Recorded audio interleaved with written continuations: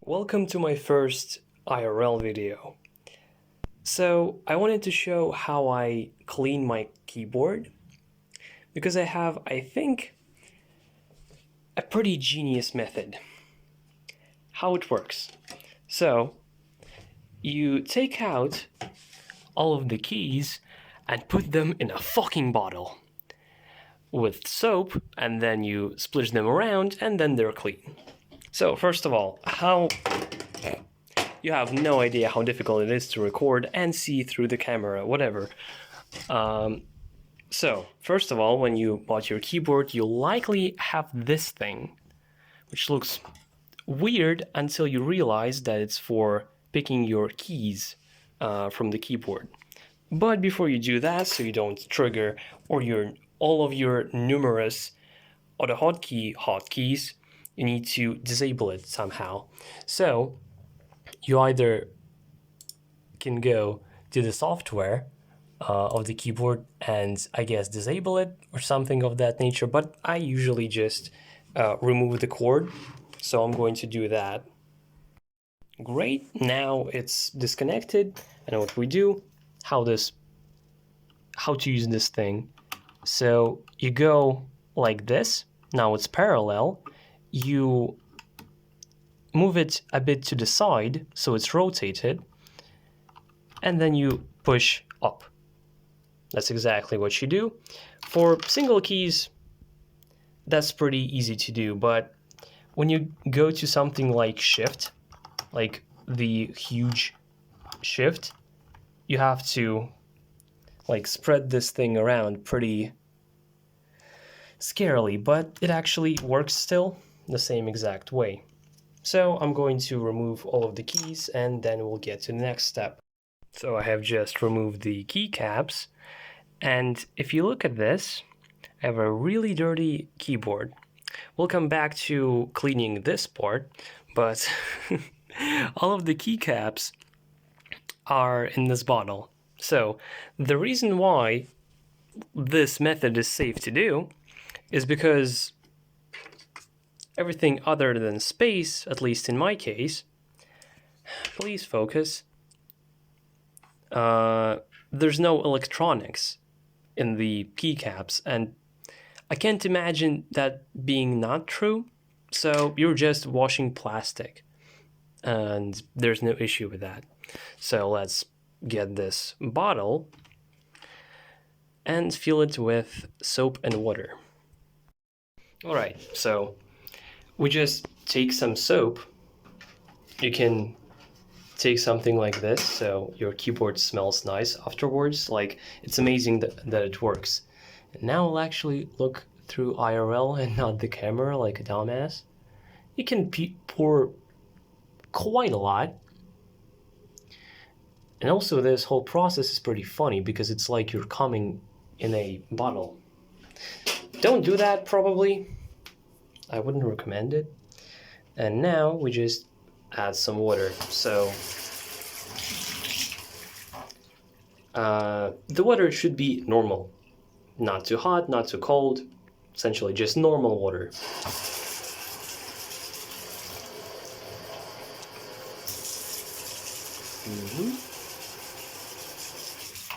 Don't fill it fully, leave some space.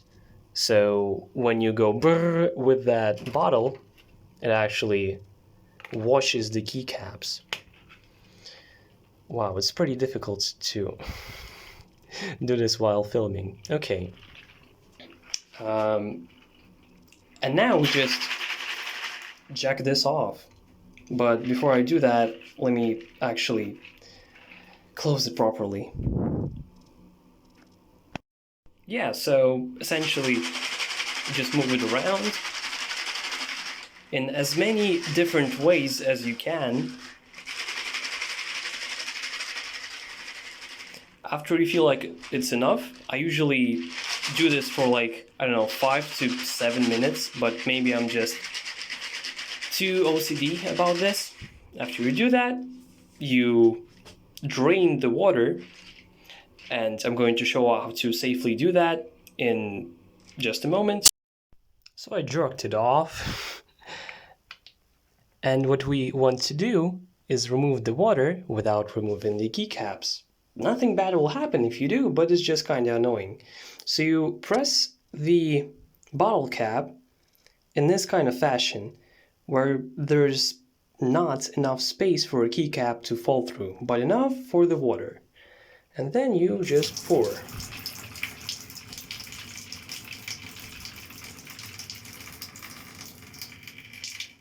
Until there's no water left. But there's still quite a lot of soap. So you repeat this process of pouring water and then pouring it out until it's all good. This looks like there's no soap here anymore, at least not much, so we can get to drying this all.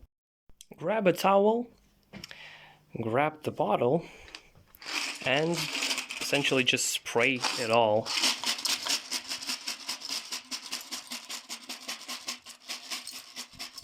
It's better that your towel is at least kind of clean, because if it isn't, you've done some work for not much reason in terms of the cleaning. And when we look at keycaps, they have these cross things. They will hold the most of the water, which is why you should rotate your keycaps to look up. All of them. This is kind of an annoying process, so maybe it's not that worth it, but to me it is.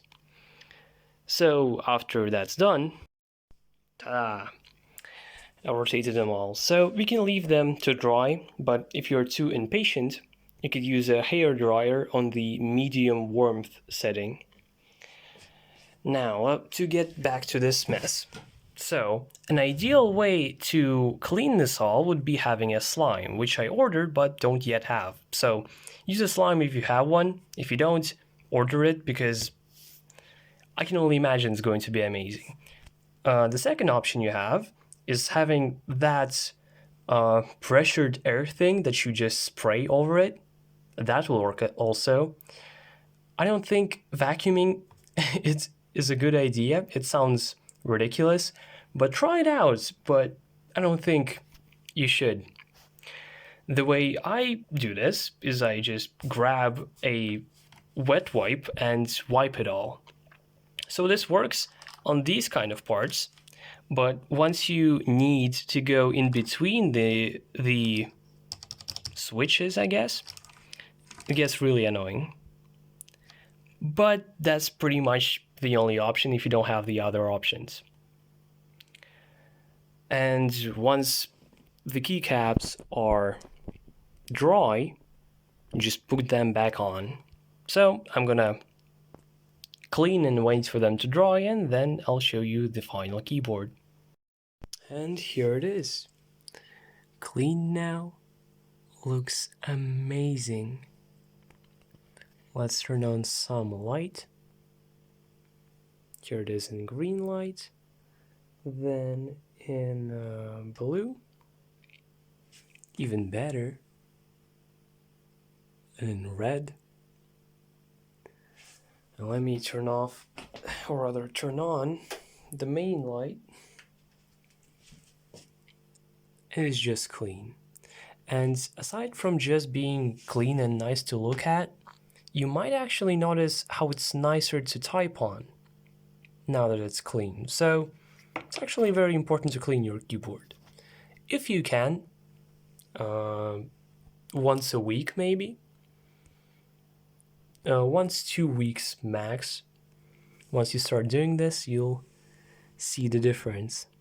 Alright, I hope you enjoyed this tutorial, and if you did, press a like, type some comment, maybe you have a question or a suggestion. Definitely subscribe so you don't miss my content. But most importantly, stay fresh, cheese bags. I'll see you in my next video. Bye bye!